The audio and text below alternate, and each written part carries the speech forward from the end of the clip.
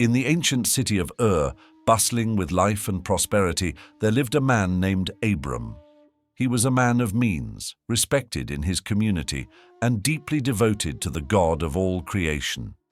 His wife, Sarai, was beautiful and graceful, but her heart carried a heavy sorrow. She was barren.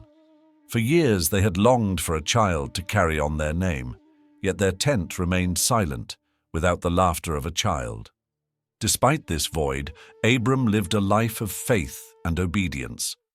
Then, one day, his life changed forever. A voice called to him, a voice unlike any he had ever heard before. It was the voice of the Almighty.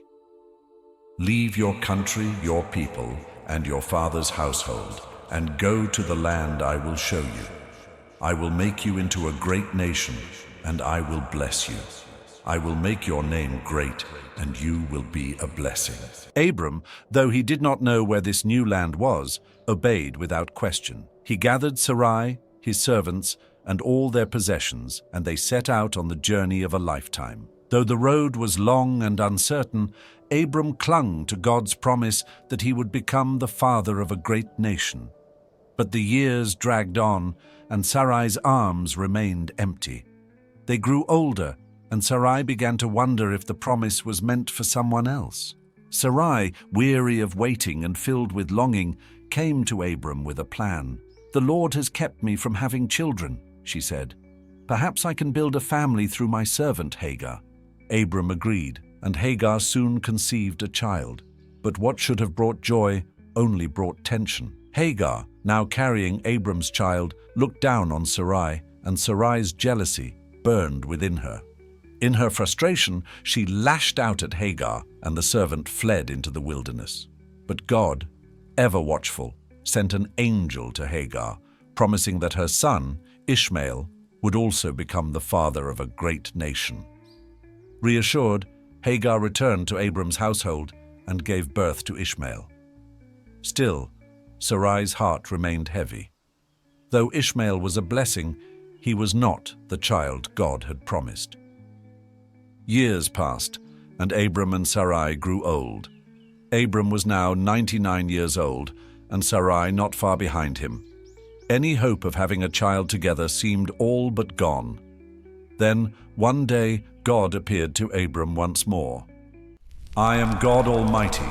Walk before me and be blameless.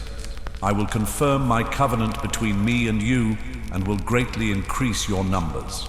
Abram fell face down, overwhelmed by God's presence. Then God gave him a new name, Abraham, meaning father of many nations. And Sarai's name too was changed. She would now be called Sarah, meaning princess, for kings and nations would come from her line. Though Abraham and Sarah were well beyond the age of bearing children, God declared his plan. "Your wife Sarah will bear you a son, and you will call him Isaac. I will establish my covenant with him as an everlasting covenant for his descendants after him." Abraham laughed in astonishment. He was 100 years old and Sarah was 90. How could this be? Yet God's promise was firm. The son would come, and through him the world would be blessed. Soon after, 3 visitors came to Abraham's tent in the heat of the day. They were not ordinary travelers. They carried a divine message. Abraham, ever hospitable, welcomed them, offering water and food. As they ate, one of them spoke, saying, "Where is your wife, Sarah?" "In the tent," Abraham replied. Then came the astounding announcement, "I will surely return to you about this time next year, and Sarah, your wife, will have a son." Inside the tent, Sarah heard the words and laughed. It was not a laugh of joy, but one of disbelief. "After I am worn out and my Lord is old, will I now have this pleasure?" she thought. But the Lord responded, "Why did Sarah laugh? Is anything too hard for the Lord? I will return to you at the appointed time next year, and Sarah will have a son." True to his word, Sarah conceived, and at the appointed time she gave birth to a son. Abraham named him Isaac, which means he laughs, for the joy and laughter that had come into their lives. Holding her son, Sarah said, "God has brought me laughter, and everyone who hears about this will laugh with me." As Isaac grew, he became the joy of Abraham and Sarah's life. But one day, God called to Abraham with a test that would stretch his faith to the very limits. Take your son, your only son Isaac, whom you love, and go to the region of Moriah. Sacrifice him there as a burnt offering on a mountain I will show you. Abraham's heart must have been torn, but his faith in God was unshaken. Early the next morning, he set out with Isaac, carrying the wood for the offering. As they climbed the mountain, Isaac asked, "The fire and wood are here, but where is the lamb for the burnt offering?" Abraham replied, "God himself will provide the lamb." When they reached the place, Abraham built an altar and bound Isaac, laying him upon it.